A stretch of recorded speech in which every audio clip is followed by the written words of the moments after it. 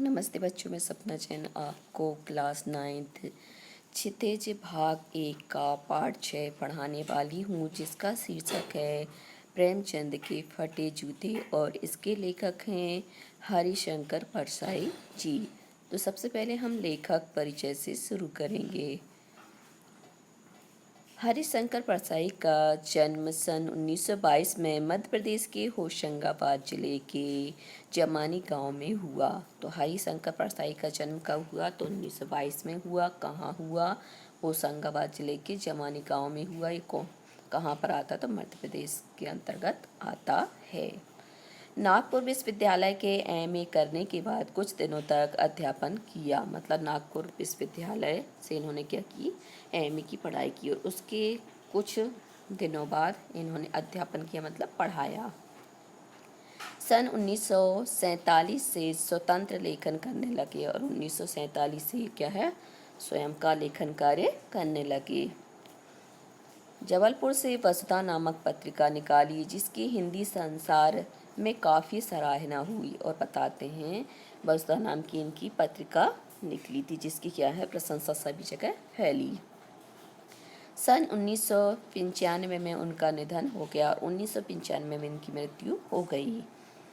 हिंदी के व्यंग्य लेखकों में उनका नाम अग्रणी है। मतलब हिंदी के व्यंग्य लेखकों में इनका जो नाम है वह सबसे पहले लिया जाता है। परसाई जी की कृतियों में, तो परसाई जी की कृतियाँ हैं हंसते हैं, रोते हैं, जैसे उनके दिन फिरे, ये कहानी संग्रह है इनके। फिर है रानी नागफली की कहानी, तट की खोज, ये इनके उपन्यास हैं। तब की बात और थी, भूत के पांव पीछे, बेईमानी की परत, पगडंडियों का जमाना, सदाचार का तावीज, शिकायत मुझे भी है, और अंत में ये सभी इनके क्या है? निबंध संग्रह हैं। वैष्णव की फिसलन, तिरछी रेखाएं, ठिठुरता हुआ गणतंत्र, विकलांग श्रद्धा का दौर, ये सभी इनके व्यंग्य संग्रह हैं। भारतीय जीवन के पाखंड, भ्रष्टाचार, अंतर्विरोध, बेईमानी आदि पर लिखे उनके व्यंग्य लेखों ने शोषण के विरुद्ध साहित्य की भूमिका का निर्वाह किया। बता रहे हैं कि इन्होंने जो रचनाएं लिखी हैं उसमें इन्होंने जो विषय लिए हैं वो विषय जीवन का पाखंड, भ्रष्टाचार, अंतर्विरोध, बेईमानी, इन सभी पर इन्होंने क्या है? अपने व्यंग्य लेख लिखे हैं। उनका व्यंग्य लेखन परिवर्तन की चेतना पैदा करता है, मतलब बदलाव लाता है। कोरे हास्य से अलग यह है व्यंग्य आदर्श के पक्ष में अपनी उपस्थिति दर्ज कराता है। मतलब सिर्फ कोरा व्यंग्य नहीं है कि मतलब व्यंग्य करके हम यहाँ पर हंस रहे हैं झूठ मूठ का, ये नहीं है, बल्कि आदर्श को भी प्रस्तुत करता है। सामाजिक, राजनीतिक और धार्मिक पाखंड पर लिखे उनके व्यंग्यों ने व्यंग्य साहित्य के मानकों का निर्माण किया। तो इन्होंने क्या है? सामाजिक, राजनीतिक और धार्मिक पाखंड पर जो लिखे हुए इनके व्यंग्य हैं, तो व्यंग्य साहित्य के जो मानक है उसका भी इन्होंने इसी कारण से निर्माण किया है। परसाई जी बोलचाल की सामान्य भाषाओं का प्रयोग करते हैं। मतलब जो परसाई जी हैं, हरिशंकर परसाई जी, इनकी जो भाषा है वह कैसी है? सामान्य बोलचाल की है, किंतु संरचना के अनूठेपन के कारण उनकी भाषा की मानक क्षमता बहुत बढ़ जाती है। किंतु संरचना का जो अनूठापन है, इसके कारण इनकी भाषा की जो मानक क्षमता है वह बहुत ज़्यादा बढ़ जाती है। अब आते हैं पाठ के अंश पर। मतलब इनका जो पाठ है प्रेमचंद के फटे जूते, इसमें क्या बताया है? तो प्रेमचंद के फटे जूते शीर्षक निबंध में परसाई जी ने प्रेमचंद के व्यक्तित्व की सादगी के साथ एक रचनाकार की अंतर्भेदी सामाजिक दृष्टि का विवेचन करते हुए आज की दिखावे की प्रवृत्ति एवं अवसरवादिता पर व्यंग किया है। तो इन्होंने क्या है? इस जो शीर्षक लिया है प्रेमचंद के फटे जूते, इस निबंध में परसाई जी ने क्या? प्रेमचंद के व्यक्तित्व की जो सादगी थी और साथ में ही क्या उनकी रचनाकार की जो अंतर्भेदी सामाजिक दृष्टि थी उसको बताया है। प्रेमचंद के फटे जूते पाठ का अब हम देखेंगे सारांश। मतलब पूरे पाठ में क्या बताया गया है उसको संक्षिप्त में समझेंगे। प्रेमचंद के फटे जूते। प्रस्तुत लेख में परसाई जी ने प्रेमचंद के व्यक्तित्व की सादगी के साथ एक रचनाकार की अंतर्भेदी सामाजिक दृष्टि का विवेचन करते हुए आज की दिखावे की प्रवृत्ति एवं अवसरवादिता पर व्यंग किया है। मतलब लोग दिखावे में इतने ज़्यादा व्यस्त हो गए हैं कि वो है सब चीज़ें भूलते जा रहे हैं, तो उस पर व्यंग किया है। लेखक प्रेमचंद के फटे जूते को देखकर आश्चर्यचकित होकर कहता है कि फोटो खिंचवाने की अगर यह पोशाक है तो पहनने की कैसी होगी। यहाँ पर आश्चर्यचकित होते हुए लेखक कह रहा है कि जब फोटो खिंचवाने की प्रेमचंद जी की ये पोशाक है तो जो ये घर पे अलग से पहनते होंगे वो कैसी होती होगी। जूते में बड़ा छेद हो गया है जिसमें से अंगुली बाहर निकल आई है, फिर भी चेहरे पर बड़ी बेपरवाही और विश्वास है। मतलब बता रहे हैं कि उनके जो जूते वो पहन रहे हैं उसमें इतना बड़ा छेद है, उसके बाद भी मतलब उनके चेहरे पर यदि आप देखो तो बेपरवाह बाल और विश्वास है। मतलब कोई मतलब संकोच नहीं, कुछ नहीं, फटे हैं तो फटे हैं, कपड़े फटे हैं तो फटे हैं, कोई मतलब नहीं है। यह मुस्कान नहीं, इसमें उपहास है, व्यंग है। यहाँ पर लेखक कह रहे हैं कि ये मुस्कान नहीं है, इसमें ज़रूर उपहास है, व्यंग छुपा हुआ है। वह आगे कहता है कि इससे अच्छा होता कि तुम फोटो ही नहीं खिंचवाते, तुम फोटो का महत्व नहीं समझते। लोग तो ऐसे कामों के लिए जूते क्या कपड़े और बीवी तक मांग लेते हैं। मतलब लोग तो यदि फ़ोटो खिंचवाना हो तो दूसरों से उधार भी मांग लेते हैं। तुम तो इससे अच्छा होता कि तुम फ़ोटो ही नहीं खिंचवाते, फालतू में खिंचवा रहे हो। एक टोपी तक नहीं पहनी, टोपी तो 8 आने में मिल जाती है। तुम महान कथाकार, उपन्यास सम्राट, युगवर्तक जाने क्या क्या कहलाते थे, मगर फोटो में भी तुम्हारा जूता फटा हुआ है। अब यहाँ लेखक व्यंग्य कर रहा है कि मतलब तुम कहने को तो महान कहानीकार कहलाते हो, उपन्यास सम्राट कहलाती हो, युग के प्रवर्तक कहलाते हो, पता नहीं किन किन नामों से आपको संबोधित किया जाता है, परंतु तुम जब फोटो खिंचवा रहे तो उसमें क्या है, फटे हुए जूते पहने हो। फिर लेखक अपनी बात करता है कि मेरा जूता भी कोई अच्छा नहीं है, मगर अंगुली बाहर नहीं निकलती, पर अंगूठे के नीचे तला फट गया है। फिर लेखक अभी तो प्रेमचंद की बातें कर रहा, तब स्वयं की बातों पर आ गया और कह रहा कि मतलब मेरा जूता भी कोई साबित नहीं है, वो भी फटा है, पर इतना फ़र्क है कि उसमें से क्या है, अंगूठे के नीचे ही तला फटा है, मतलब उसमें अंगुली बाहर नहीं आती, ऐसा नहीं फटा, जिससे अंगूठा रगड़ खाकर छिल जाता है। लेकिन जूता फटा होने के बावजूद तुम्हारा पाँव सुरक्षित है। तुम पर्दे का महत्व नहीं समझते और हम पर्दे पर कुर्बान हो रहे हैं। फिर लेखक बता रहा है कि मतलब तुम पर्दे का महत्व नहीं समझ रहे, क्योंकि कम से कम उसमें इतनी सी जगह तो है बस कि उसमें अंगूठा निकला है, कम से कम पूरा पैर तो सुरक्षित है। तुम इस पर्दे के महत्व को नहीं समझोगे कि उतनी भी सुरक्षा कितनी होती है। फिर भी तुम मुस्कुरा रहे हो, यह राज समझ में नहीं आया। लगता है तुम किसी सख्त चीज़ से ठोकर मारकर अपना जूता फाड़ लिया। तुम उसे बचाकर उसके बगल से भी निकल सकते थे। मतलब तुमने क्या किया, अपने जूते को जानबूझ के फाड़ लिया। तुम चाहते तो बच के भी निकल सकते थे, तुम उसे बचाकर उसके बगल से भी निकल सकते थे, पर तुम समझौता नहीं कर सके। मैं समझता हूँ, तुम्हारी अंगुली का इशारा भी समझता हूँ और यह व्यंग मुस्कान भी समझता हूँ। तो यहाँ पर ये पूरा व्यंग क्या है, इस छोटे से संक्षिप्त सार में बता दिया गया है कि किस प्रकार से उसने फटे हुए जूते से हास्य निकाला, उसमें आदर्शवादिता निकाली। ये सभी चीज़ें इसी के अंतर्गत आ गई हैं। अब आते हैं हम सबसे पहले प्रश्न अभ्यास पर। प्रश्न अभ्यास में सबसे पहला प्रश्न है, हरिशंकर परसाई ने प्रेमचंद का जो शब्द चित्र हमारे सामने प्रस्तुत किया है उससे प्रेमचंद के व्यक्तित्व की कौन कौन सी विशेषताएं उभर कर आती हैं। तो प्रेमचंद के फटे जूते नामक व्यंग को पढ़कर प्रेमचंद के व्यक्तित्व की निम्नलिखित विशेषताएं उभर कर सामने आती हैं। सबसे पहले संघर्षशील लेखक, मतलब ये कैसे लेखक थे, संघर्ष करने वाले लेखक थे। प्रेमचंद आजीवन संघर्ष करते रहे। उन्होंने मार्ग में आने वाली चट्टानों को ठोकरें मारी, अगल बगल के रास्ते नहीं खोजे, समझौते नहीं किए। लेखक के शब्दों में, तुम किसी सख्त चीज को ठोकर मारते रहे हो, ठोकर मार मार कर अपना जूता फाड़ लिया है। अगला है अपराजेय व्यक्तित्व, मतलब जिसको दूसरा कोई नहीं जीत सकता है। प्रेमचंद का व्यक्तित्व अपराजेय था। उन्होंने कष्ट सहकर भी कभी हार नहीं मानी। यदि वे मनचाहा परिवर्तन नहीं कर पाए तो कम से कम कमजोरियां पर हंसे तो सही। मतलब यहाँ पे कह रहे हैं कि उन्होंने कष्ट सहकर भी कभी हार नहीं मानी। यदि वे मनचाहा परिवर्तन नहीं कर पाए थे तो कम से कम कमजोरियों पर हंसी लेते। उन्होंने निराश हताश जीने की बजाय मुस्कान बनाए रखी। उनकी नज़रों में तीखा व्यंग और आत्मविश्वास था। लेखक के शब्दों में, यह एक ऐसा आदमी है जो खुद तो फटे जूते पहने फोटो खिंचवा रहा है पर किसी पर हंस भी रहा है। अगला है कष्टग्रस्त जीवन।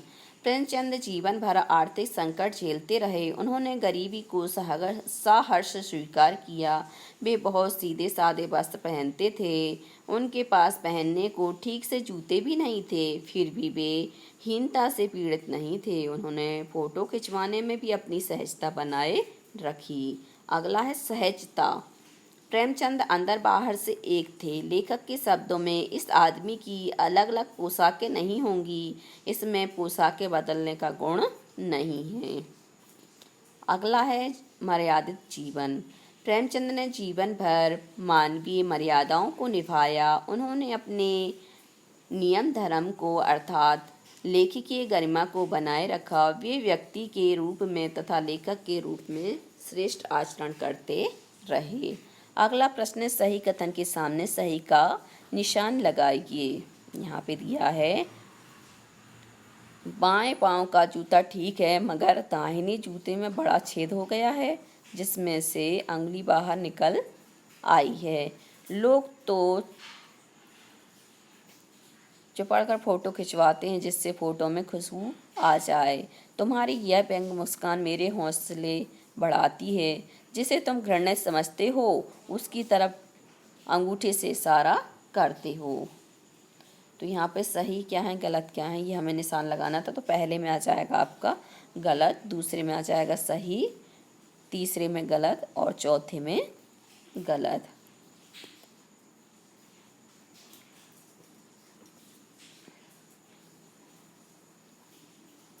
अब अगला देखेंगे, अगला प्रश्न हम आगे। नीचे दी गई पंक्तियों में निहित व्यंग को स्पष्ट कीजिए। जूता हमेशा टोपी से कीमती रहा है, अब तो जूते की कीमत और बढ़ गई है और एक जूते पर 2500 टोपियां न्यौछावर होती हैं। तो इसका उत्तर है कि जीवन में यह विडंबना है कि जिसका स्थान पाँव में है अर्थात नीचे है उसे अधिक महत्वपूर्ण माना जाता रहा है। जिसका स्थान ऊंचा है जो सिर पर बिठाने योग्य है उसे कम सम्मान मिलता रहा है। आजकल तो जूतों का अर्थात धनवानों का मान सम्मान और भी अधिक बढ़ गया है। एक धनवान पर 2500 गुणी लोग निछावर होते हैं। गुणी लोग भी धनवानों की ही जी हजूरी करते नजर आते हैं। अगला है, तुम पर्दे का महत्व ही नहीं जानते, हम पर्दे पर कुर्बान हो रहे हैं। प्रेमचंद ने कभी पर्दे को अर्थात लुकाव छिपाव को महत्व नहीं दिया। उन्होंने वास्तविकता को कभी टकने का प्रयत्न नहीं किया। वे इसी में संतुष्ट थे कि उनके पास छिपाने योग्य कुछ नहीं था। वे अंदर बाहर से एक थे, यहाँ तक कि उनका पहनावा भी अलग अलग नहीं था। अगला है, जिसे तुम घृणित समझते हो उसकी तरफ हाथ की नहीं पाँव की अंगुली से इशारा करते हो।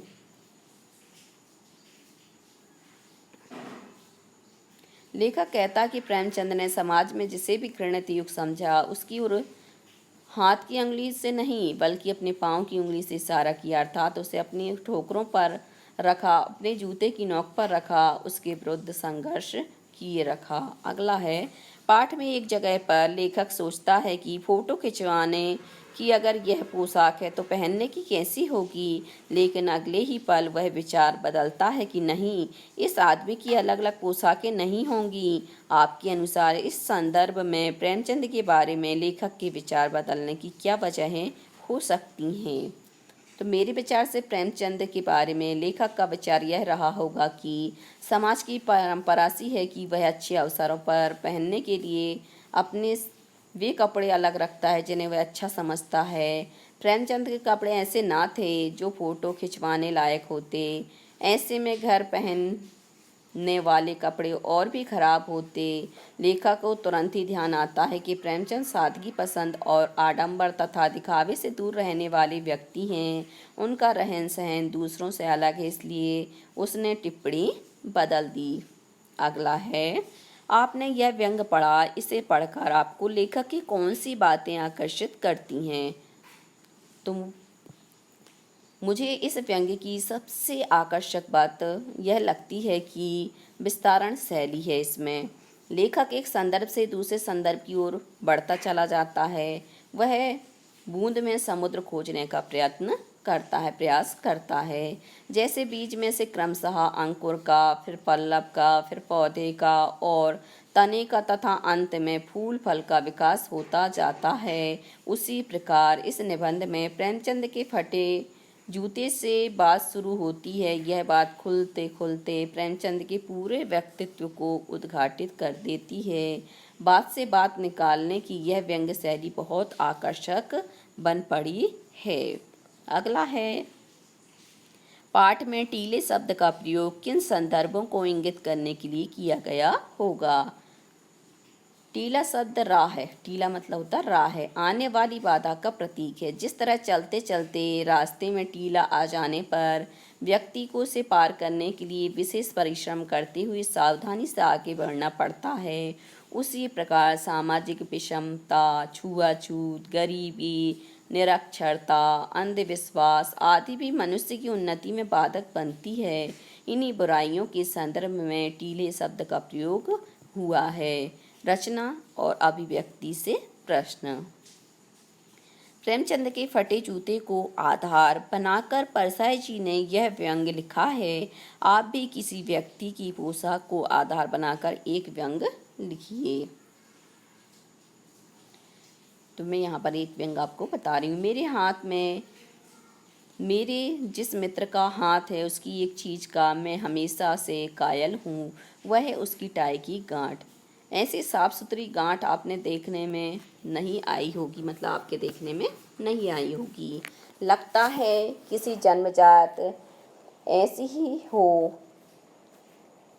कोई सिलावट नहीं, कोई बिखरावट नहीं। ऐसा नहीं है कि वे यह टाई सूट के साथ पहनते हो, गर्मियों में कमीज के साथ भी वे टाई पहनते हैं, तब भी टाई की गांठ इसी तरह रहती है।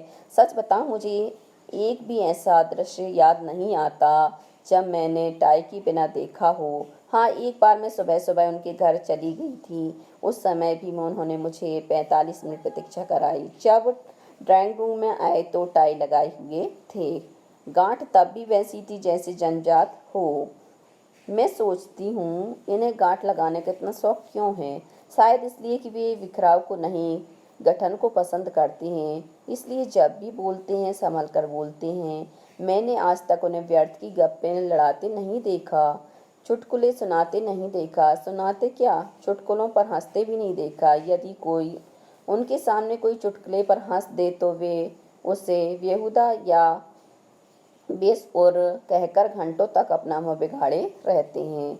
उनका एक ही सिद्धांत है, बोलो तो ढंग का बोलो वरना चुप रहो। ऐसा ना समझिए कि वे अक्सर चुप रहते हैं, नहीं, वे अक्सर बोलते पाए जाते हैं और जब भी बोलते हैं किसी न किसी राष्ट्रीय समस्या पर चिंता प्रकट करते हुए पाए जाते हैं। उनका व्यक्तित्व गंभीर है। यदि कोई उनकी बात न सुन रहा हो तो वे उस पर व्यंग कसने लगते हैं और अगर कोई और बीच में बोलना शुरू कर दे तो उसकी ओर से मुंह तोड़कर उबासी लेने लगते हैं। मेरी टाई वाले मित्र की यह खूबी यह भी है कि वे हर किसी के गिरेबान में झांकते हैं, उनकी एक से एक बेहूदी बातों को बतंगड़ बनाकर पेश करते हैं, पर अपने गिरेबान में उन्होंने टाई बांध रखी है, किसी को झांकने नहीं देते। पिछले दिनों उन्हें कोई सदमा लगा, वे पागल हो गए। पेट ऐसे निकल आया जैसे 10 बच्चे एक साथ प्रसव करेंगे। लोगों को उनके गिरेबान में न सही बाहरी व्यक्तित्व में झांकने का मौका मिल गया, परंतु तब वे छुट्टियां ले गए कर चले गए। तब तक वापस नहीं आए जब तक कि उनकी देह वापस अपनी औकात पर न लौट आई। सच बात तो यह है कि मेरे इस मित्र के पूरे जीवन में ही गांठें हैं। अपने बड़े होने की गांठ टाई तो बस उनकी ऊपरी गांठ है, भी भीतर कितनी गांठें हैं यह उनकी पत्नी से हमने जाना। वे भी उनसे इतना डरती हैं जितना कि चपरासी साहब से, इसलिए बेचारी तभी हंसती हैं जब वे चाहते हैं। अगला प्रश्न है, आपकी दृष्टि में वेशभूषा के प्रति लोगों की सोच में आज क्या परिवर्तन आया है? तो वेशभूषा के प्रति लोगों की सोच में बहुत बदलाव आया है। लोग वेशभूषा को सामाजिक प्रतिष्ठा का सूचक मानने लगे हैं। लोग उस व्यक्ति को ज़्यादा मान सम्मान और आदर देने लगे जिसकी वेशभूषा अच्छी होती है। मतलब पहनावा। वेशभूषा से ही व्यक्ति का दूसरों पर पहला प्रभाव पड़ता है। हमारे विचारों का प्रभाव तो बाद में पड़ता है, क्योंकि सबसे पहले लोग क्या है उसकी वेशभूषा को देखते हैं, बाद में ही उसके विचारों को जान पाते हैं। आज किसी अच्छी सी पार्टी में कोई धोती कुर्ता पहनकर जाए तो उसे पिछड़ा समझा जाता है। इसी प्रकार कार्यालय में कोई कर्मचारी गण हमारी वेशभूषा के अनुरूप व्यवहार करते हैं। यही कारण है कि लोगों में, विशेषकर युवाओं में, आधुनिक बनने की होड़ लगी हुई है। अगला प्रश्न हम देखते हैं, भाषा अध्ययन से अर्थात व्याकरण से, ग्रामर से। पाठ में आए मुहावरे छांटिए और उनका वाक्यों में प्रयोग कीजिए। तो यहाँ पे मैं कुछ मुहावरे आपको बता रही हूँ। जैसे हौसला पस्त करना अर्थात उत्साह नष्ट करना, इसका वाक्य में प्रयोग होगा। अनिल कुंबले की फिरकी गेंदों ने श्रीलंका के खिलाड़ियों के हौसले पस्त कर दिए। अगला है ठोकर मारना। ठोकर मारना अर्थात चोट करना, किसी को हानि पहुंचाना। वाक्य में प्रयोग हो जाएगा, प्रेमचंद ने राह के संकटों पर खूब ठोकरें मारी। अगला है टीला खड़ा होना अर्थात बाधाएं आना। इसका वाक्य में प्रयोग होगा, जीवन जीना सरल नहीं है, यहाँ पग पग पर टीले खड़े हैं। पहाड़ फोड़ना अर्थात बाधाएं नष्ट करना। प्रेमचंद उन संघर्षशील लेखकों में से थे जिन्होंने पहाड़ फोड़ना सीखा था, बचना नहीं। अगला है जंजीर होना अर्थात बंधन होना। स्वतंत्रता से जीने वाले पथ की सब जंजीरें तोड़कर आगे बढ़ते हैं। अगला प्रश्न है, प्रेमचंद के व्यक्तित्व को उभारने के लिए लेखक ने जिन विशेषणों का उपयोग किया है उनकी सूची बताइए। तो यहाँ पर विशेषण बताने से पहले हमें विशेषण की डेफिनेशन पता होनी चाहिए। तो हम विशेषण किसे कहते हैं? तो जब संज्ञा या सर्वनाम की विशेषता हम जिन शब्दों के माध्यम से बताते हैं वे शब्द हमारे लिए क्या कहलाते हैं? विशेषण कहलाते हैं, या उन्हें हम विशेषण कहते हैं। यहाँ पर विशेषण वाले शब्द हैं, जनता के लेखक, महान कथाकार, तो महान क्या हो गया? विशेषण। साहित्यिक पुरखे, तो पुरखे यहाँ पर क्या हो गया? विशेषण। युग प्रवर्तक, उपन्यास सम्राट, तो ये सभी क्या है? विशेषण दिए हुए हैं। तो बच्चों आज के लिए सिर्फ इतना ही। यदि आपको हमारे वीडियो पसंद आया है तो लाइक कीजिए, शेयर कीजिए, सब्सक्राइब कीजिए तथा इस पाठ से संबंधित कोई भी प्रश्न है तो नीचे कमेंट्स में पूछ लीजिए। धन्यवाद।